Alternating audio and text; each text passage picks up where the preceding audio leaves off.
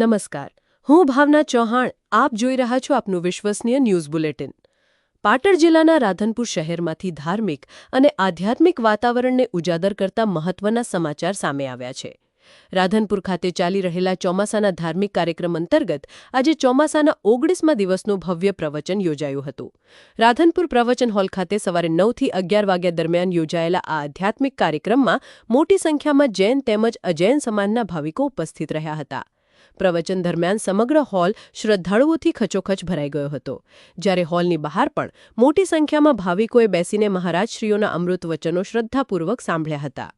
આ ભવ્ય પ્રવચનનું આયોજન પરમ પૂજ્ય ગચ્છાપતિ શ્રી અભયદેવ સુરીશ્વરજી મહારાજ સાહેબ, પરમ પૂજ્ય આચાર્ય શ્રી પિયુષ ભદ્ર સુરીશ્વરજી મહારાજ સાહેબ, પરમ પૂજ્ય શ્રી નિમેણ સુરીશ્વરજી મહારાજ સાહેબ તથા પરમ પૂજ્ય દેવર્ષિ રત્ન સુરીશ્વરજી મહારાજ સાહેબની પાવન નિશ્રામાં કરવામાં આવ્યું હતું. આજના પ્રવચનનો વિષય હતો ધમે બીદુ અને શાત સુધાર. મહારાજશ્રીઓએ પોતાના અમૃતમય પ્રવચનમાં જીવનમાં ધર્મ, સંયમ અને સદાચારનું મહત્વ સમજાવ્યું હતું. સાથે જ આજના સમયમાં માનવી કેવી રીતે શાંતિ, સમાધાન અને સદાચારના માર્ગે જીવન જીવી શકે તે અંગે પણ ભાવિકોને મૂલ્યવાન માર્ગદર્શન આપવામાં આવ્યું હતું. ધાર્મિક પ્રવચન દરમિયાન જીવનના સાચા મૂલ્યો, આત્મિક શાંતિ અને માનવ જીવનમાં સંયમના મહત્વ અંગે આપવામાં આવેલા સંદેશથી ઉપસ્થિત ભાવિકોમાં આધ્યાત્મિક ભાવના જોવા મળી હતી. આ કાર્યક્રમમાં રાધનપુર જૈન સંઘના પ્રમુખ શ્રી હરીશભાઈ મસાલિયા ઉપરાંત ધીરુભાઈ સંઘવી, ગુણવંત શાહ, સુનિલભાઈ વારાયા, ભૂપેન્દ્રભાઈ ધામી, ઇન્દ્રવદન ભેમાણી, જગતભાઈ શાહ સહિતના આગેવાનો અને શ્રદ્ધાળુઓ ઉપસ્થિત રહ્યા હતા. આ ઉપરાંત રાધનપુર જૈન સંઘ, મુંબઈ જૈન સંઘ તેમજ સુરત અને અમદાવાદ જૈન સંઘ સાથે જોડાયેલા ભાઈઓ અને બહેનોએ પણ મોટી સંખ્યામાં હાજરી આપી હતી. આજના ધાર્મિક કાર્યક્રમમાં વસંતભાઈ મોતીલાલ છોટા પરિવારનો ધર્મ કાર્યમાં મહત્વનો ફાળો રહ્યો હતો. પ્રવચન દરમિયાન હોલની અંદર અને બહાર ભાવિકોની મોટી ઉપસ્થિતિ જોવા મળી હતી. મહારાજશ્રીઓના અમૃત વચનોથી ભાવિકોએ આત્મિક શાંતિ, આનંદ અને જીવનને વધુ સારા માર્ગે જીવવાની નવી પ્રેરણા મેળવી હતી. પ્રવચન પૂર્ણ થયા બાદ ઉપસ્થિત ભાવિકોએ પણ આ સમગ્ર ધાર્મિક કાર્યક્રમને વધાવી લીધો હતો અને મહારાજશ્રીઓના આશીર્વાદ તથા માર્ગદર્શનથી ધન્યતા અનુભવી હતી. હવે વાત કરીએ આવતીકાલના કાર્યક્રમની. રવિવાર તારીખ 9 ઓગસ્ટ 2026ના રોજ સવારે 9 વાગે રાધનપુર પ્રવચન હોલ ખાતે સળગતો સંસાર વિષય પર આગામી પ્રવચનનું આયોજન કરવામાં આવ્યું છે.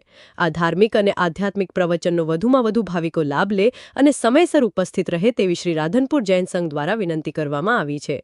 રાધનપુરમાં ચોમાસા દરમિયાન ચાલી રહેલી આ ધાર્મિક પ્રવૃત્તિઓને કારણે સમગ્ર શહેરમાં આધ્યાત્મિક અને ભક્તિમય માહોલ જોવા મળી રહ્યો છે. કેમેરામેન સાથે રાધનપુરથી રોહિત કે મહેતા, ઓસ્કાર ગુજરાતી ન્યૂઝ. શાસ્ત્રનો અનુભવ કરે છે એ વ્યક્તિ હંમેશા કોઈ પણ વાત કરે ને તો આત્મા વિષયક જ વાત કરે. આ મદાર શાહને સૌથી પહેલું સંતાન થયું, એને ઘોડિયામાં જ્યારે હિચોળવાનું કામ આવ્યું. મદાર શાહ એ ઘોડિયાની અંદર પોતાના પહેલા સંતાનને હિચોળવાનું કામ કરે અને હિચોળતા હિચોળતા બોલે, હે બાળક, તું અહીંયા શેના માટે આવ્યો છે? બુદ્ધોસી નિરંજનોસી, તું સિદ્ધોસી નિરંજનોસી, તું બુદ્ધ છે, તું શુદ્ધ છે, તું નિરંજન છે. સંસારમાં સપડાવવા માટે તું અહીંયા આગળ નથી આવ્યો. આમ રોજ ઘોડિયાની અંદર બોલ બોલ કરે, સિદ્ધોસી, બુદ્ધોસી, નિરંજનોસી. આ પ્રમાણે બોલે એટલે શબ્દના અસર બાળકના મગજમાં આવે કે હું સિદ્ધ છું, હું બુદ્ધ છું, હું નિરંજન છું. આવા રહેલા ભાવ જ્યારે આવે ત્યારે 7-8 વર્ષનો થાય એટલે એની માં પૂછું, બોલ તારે શું કરવું? સંસ્કાર પડી ગયા, સંસ્કાર. અને એની એ માં એટલે મદાર શાહ એ છોકરાને સમજાવીને સીધા લઈ જાય સાધુ પાસે અને ત્યાં જઈ અને એને સાધુ બનાવી દે. જો તારે નિરંજન થવું હોય, તારે સિદ્ધ થવું હોય, તારે પ્રબુદ્ધ થવું હોય તો એના માટે રસ્તો એક જ છે, સાધુ થવા માટે. એને સાધુ બનાવી દીધો. પેલો રાજકુમાર છે ને એ પતિ એટલે કે બોલી શકે એમ છે નહીં, કારણ કે શરત મારી દીધી. જે સંતાન થાય એ સંતાનને મારે ક્યાં મોકલવા, એ સત્તા મારી, તમારે વચમાં નહીં આવવાનું. થોડો સમય ગયો, બીજું સંતાન આવ્યું. એને પણ ઘોડિયામાં હિંચોળતા હિંચોળતા એક જ વાત કરે, સિદ્ધોશી બુદ્ધોશી નિરંજનોશી. હે બાળક, સંસારમાં સપડાવવા માટે નથી આવ્યો, સંસારમાં દુઃખી થવા માટે નથી આવ્યો. તું નિરંજન છે, તું સિદ્ધ છે, તું બુદ્ધ છે. આવરેલી વાત વારંવાર સંભળાવે, વારંવાર કરે. આ અસર એ બાળકના મગજમાં ફિટ થઈ જાય. એમ કરતા મદાલ સાહેબ એક નહીં, એમ કહેવાય છે ઇતિહાસ બોલે છે, 6 બાળકોને સંન્યાસી બનાવી દીધા.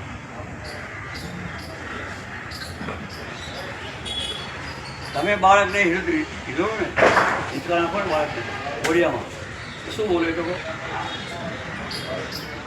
બહેનો? આ ઘોડિયામાં નાના બાળકને હિંચોડતા હિંચોડતા શું બોલો?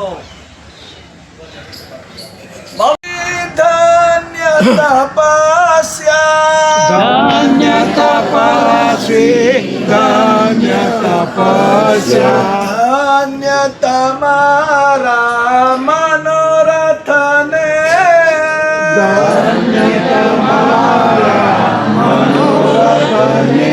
હું એકલો બોલું છું, તમે આટલા બધા બોલો છો, તો તમારો અવાજ નહીં આવતો. આટલા બધા સાથે મને બધા બોલો ને, બધા જ રીતે બોલો છો. પછી એ બોલ. ધન્ય તમારા મનોરથને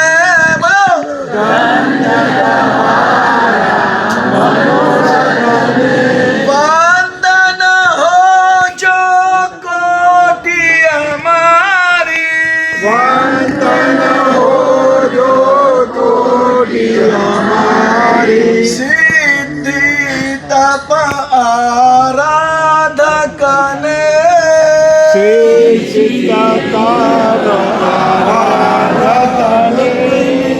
દેવ ગુરુને ધર્મ કૃપાએ દેવ ગુરુને ધર્મ કૃપાએ તુમ શરીરે સાતા જો તુમ શરીરે સાતા હોજો.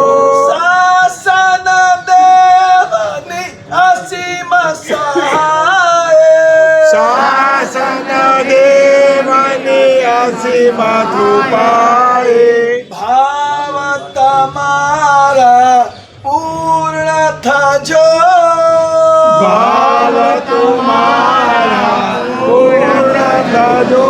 ભાવ તમારા પૂર્ણ થજો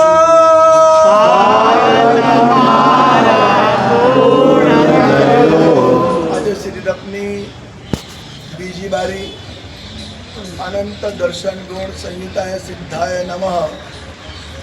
બીજી બારી આજે સંપન્નતાને આરે આજે વિષામો છે.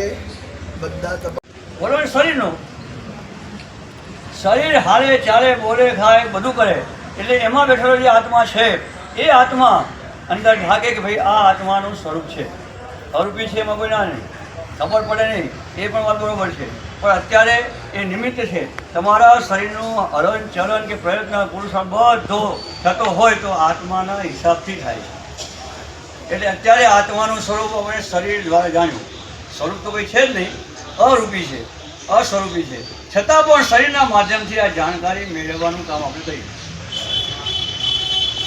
માટે શરણ પરમાત્માનું સ્વીકારવાનું છે, અને એ સ્વીકારવાનું કામ કરી લઈએ તો આપણું કામ સિદ્ધ થયા સિવાય રહે નહીં. એટલે આ રીતે અલગ અલગ પદાર્થો હરિભજસ્વામી મહારાજે ગોઠવીને આપણને આપેલા છે. એને બરોબર જાણવાનું અને જોવાનું કામ કરો ને તો કાર્ય થઈ જાય. એટલે કહેવા બે વસ્તુ કહેવામાં આવી: ભૂલ સુધારે ગુરુ, ભૂલ સુધારે ગુરુ અને ભાવ વધારે ગ્રંથ. આપણી જે ભૂલને સુધારવાનું કામ ગુરુ કરે અને ભાવને વધારવાનું કામ કોણ કરે? ગ્રંથ કરે. અને એ રહેલો સંગ જ્યારે આપણી પાસે આવી જાય ત્યારે આપણું કામ સિદ્ધ થયા સિવાય રહેતું નથી. આગળ વધીને 4 વસ્તુ કહેવામાં આવી. સંગનો રંગ કેવા પ્રકારનો હોય છે ત્યારે કહેવામાં આવ્યું તપસ્વીના સંગથી ત્યાગ વધે, તપસ્વીના સંગથી ત્યાગ વધે, પરિવારના સંગથી રાગ વધે, ગુરુના સંગથી જ્ઞાન વધે અને ગ્રંથના સંગથી ભાવ વધે. એવા પ્રકારનો તમે કરો છો એનો આધાર છે. પરમાત્માને સમર્પિત થાવ ખરા તમે? તમારા જીવનને સમર્પિત કરી દો ખરા?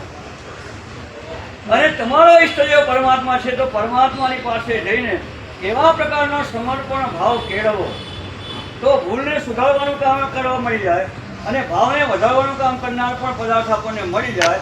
પણ એ રહેલા પરમાત્માને સમર્પિત થઈને કયા વિચારમાં અને કયા ભાવની અંદર તમે ત્યાં બેસો છો અને કયા ઉજાગર કરો છો એનો આધાર આ બધો સુધારવાનો અને વધારવાનો બે વાત અંદરમાં આવી છે.